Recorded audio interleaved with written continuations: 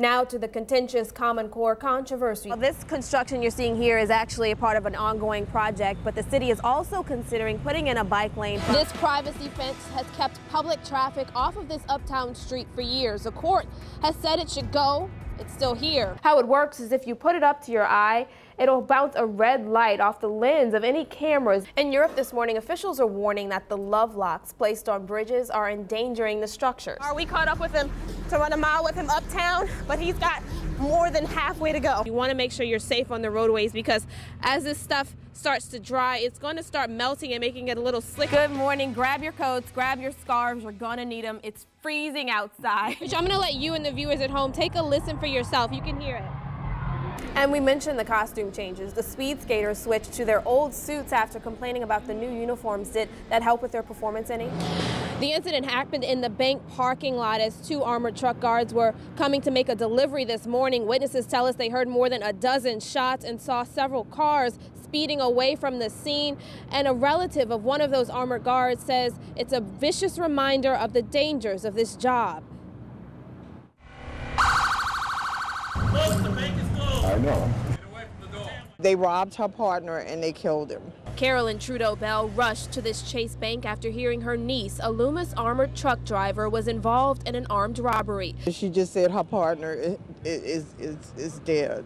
Police say a second armored truck guard was unloading money from the vehicle when three men in dark jackets and hoodies approached him. They shot multiple times, killing the 45-year-old man, then took off with the money. She called to tell me they were going to take her to homicide, but when she said that, I knew that her partner probably had died. And I asked the officer, and he said he had died. Like, man. A witness at a nearby business says he heard more than 12 gunshots fired. I didn't even know it was coming from the bank until I seen all the people moving away and I seen the vehicle. I kept looking towards the bank. That's when I seen the vehicle come out, well, two vehicles. In the chaos, many people passing by the busy intersection stopped to see what was happening. We saw this crowd of people on the sidewalk in the parking lot, and then we saw one of the the Loomis assistant inside the van. She was banging on the window trying to get out in the passenger seat. And then I saw what looked like to be a bag of money behind the truck. Bell's thoughts are with the victim, but she still worries for her niece's safety on the job. Crime is so rampant here, it's just unbelievable. You know, every day it's a homicide. It's just awful. People have no regard for life, none.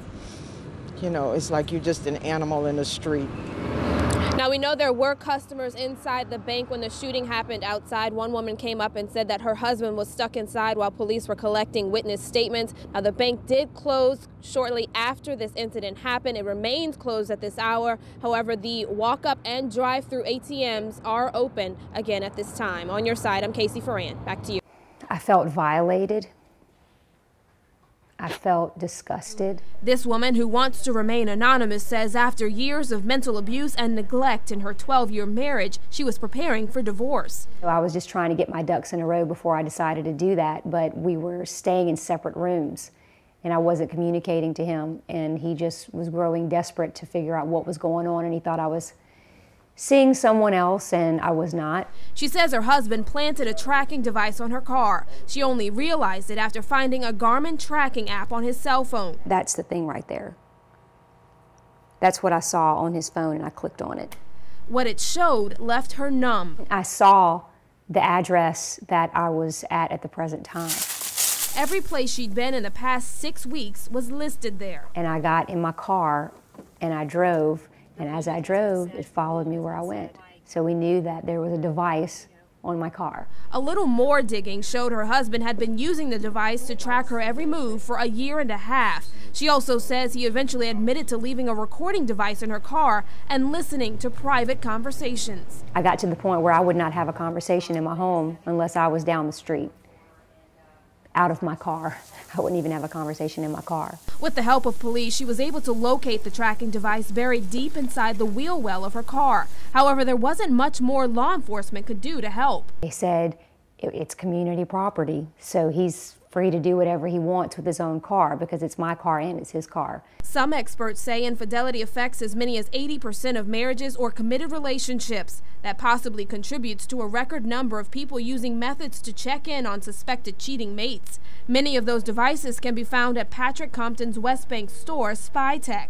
Those people come in and spend $5,000 on equipment just to trying to figure out what's going on with the other person. Those suspicious spouses have helped him build an $850,000 a year business, although he gives this disclaimer. I'm not responsible for anything that goes on after they leave out this door.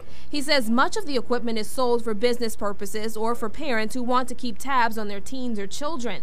He sells plenty of car trackers and audio or video recorders. More advanced software makes it possible to monitor a person's online activity and retrieve messages from cell phones. This is one of the hottest sellers we have right here. They also sell devices that can help you determine if you've been bugged. Compton says one of his top-selling items are these bug detectors, which help you find wireless audio or video recorders in your home or car. How it works is if you put it up to your eye, it'll bounce a red light off the lens of any cameras nearby. It'll also make a noise if it detects radio frequencies from unsuspecting objects that might be lying around, like this Bluetooth earpiece, which is actually an audio and video recorder. State and federal laws which protect against cybercrimes are usually reserved for identity thieves, hackers, and embezzlers. However, those laws could extend to a suspicious spying lover. Divorce attorney Tony Dooley says even though it's legal to buy spy equipment or electronic surveillance devices, there are strict laws governing when, where, and how the equipment can be used. I may purchase hacking devices purely for my own personal use. But when I use it to access someone else's personal information is where it becomes illegal.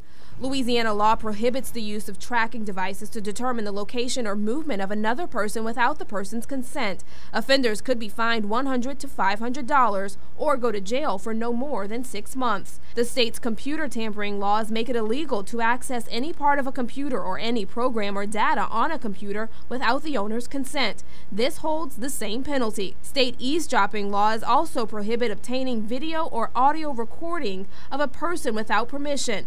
That's up to a $10,000 fine or up to 10 years in jail. However, in some circumstances, married couples aren't bound by these laws. If he plants a spying device in the vehicle, it's community property, so it's his vehicle as well. So there's no crime that has been committed. That's the part that has our victim unnerved, feeling like she has no leg to stand on. And I know maybe women do this to men, but that's what it feels like.